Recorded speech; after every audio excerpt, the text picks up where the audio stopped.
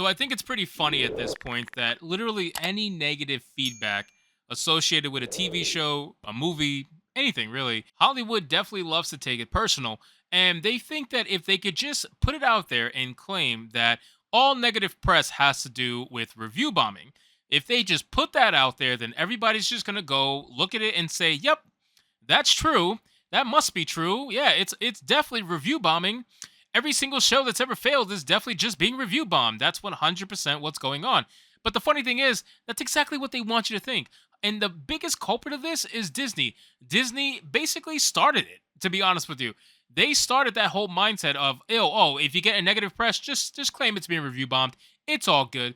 And the latest iteration of that now is Willow. Willow, we spoke about in a video prior, and we're going to speak about it again because apparently Disney has come out and now made the claim that Willow is being review bombed. Isn't that ironic? It's the same thing that Amazon did with the Rings of Power. It's the same thing that Disney did with good old Star Wars. They love to make this claim because they think it's a get out of jail free card. So let's get into the article, guys. This one's coming to us from good old CBR.com, and it says Willow fans appear to be review bombing the Disney Plus reboot. The Disney Plus Willow series is the largest target of purported review bombs as fans of the franchise take issue with the show's writing and acting. Well, at least they specifically put the writing and acting in there. They didn't mention any kind of identity politics or, whatever stupid shit that's going on with Willow currently right now.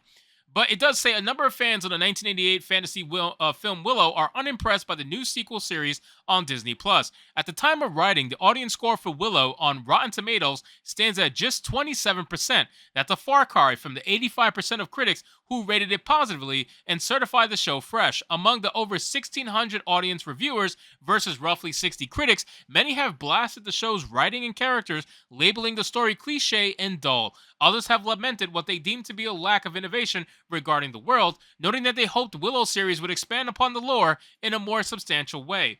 I don't think that's a negative thing to request. Honestly, I really don't. Do you guys think that's a negative thing to ask for? When fans want to see the world expanded upon, when fans want to see the lore expanded upon, is that such a terrible thing to ask for? Seriously? I really don't think so. So I think it's funny that they always want to come out and say that it's review bombing, but they never seem to want to focus on the review bombing that's positive, because that happens a lot as well. It's been proven that there is plenty of positive review bombs on all of these shows that have failed notoriously with the audiences, but they never want to speak about that.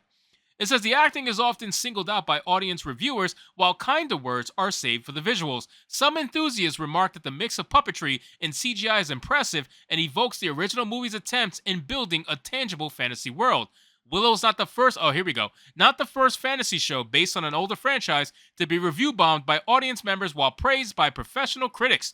Amazon Studios' The Lord of the Rings, The Rings of Power experienced a similar fate when reviewers expressed their frustration about the liberties the creative team took with Tolkien's source material. Well, that's the thing. It wasn't liberties taken with the source material. It was the complete and utter lack of even caring about the source material. They did not care. They wanted to be completely far away from the source material as possible. The show was basically not a Lord of the Rings show. It was essentially a fantasy show with the Lord of the Rings title slapped on it. It was not a Lord of the Rings show. Maybe in name, maybe it had a couple characters that were named from the books, but other than that, the fucking show was its own show. It says, despite the perceived backlash, Willow's creative team is hopeful and the franchise will continue to grow both on Disney Plus and in theaters. We'd love to continue the story on, said showrunner Jonathan Kasdan, where it seems to be the street leads from the movies to TV. I hope that we're headed towards a moment where the reverse direction can be done too.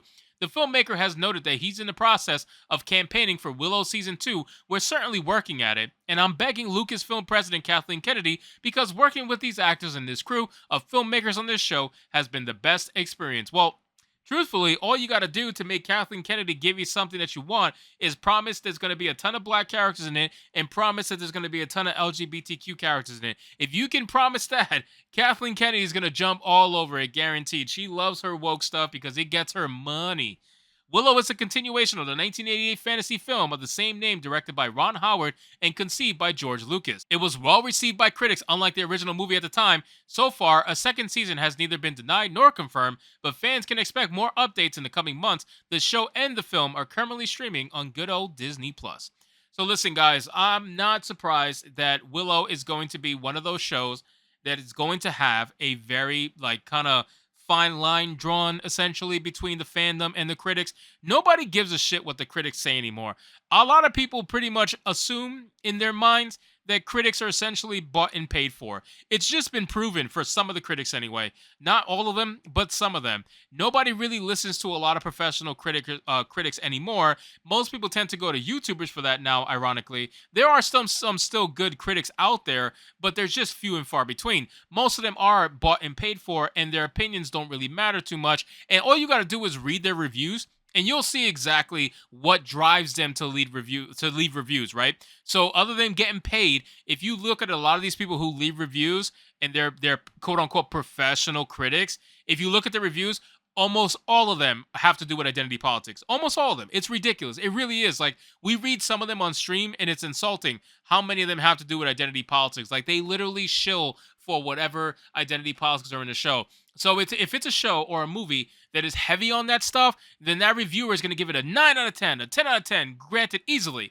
But if it's a strong masculine show, if it's a dark and gory show, if it's something that's going to be not so fluffy in terms of padding the numbers for diversity, then they're not going to give it a high review. It's been proven. You could just look at their profiles and see exactly what they do. You don't have to believe me. Just look at what they do. So anyway, guys, thank you so much for watching this video. I hope you did enjoy it. If you did, consider leaving me a subscribe. I would greatly appreciate it. Don't forget to like the video, comment, let me know what you thought of today's story, and I'll see you guys on the next one.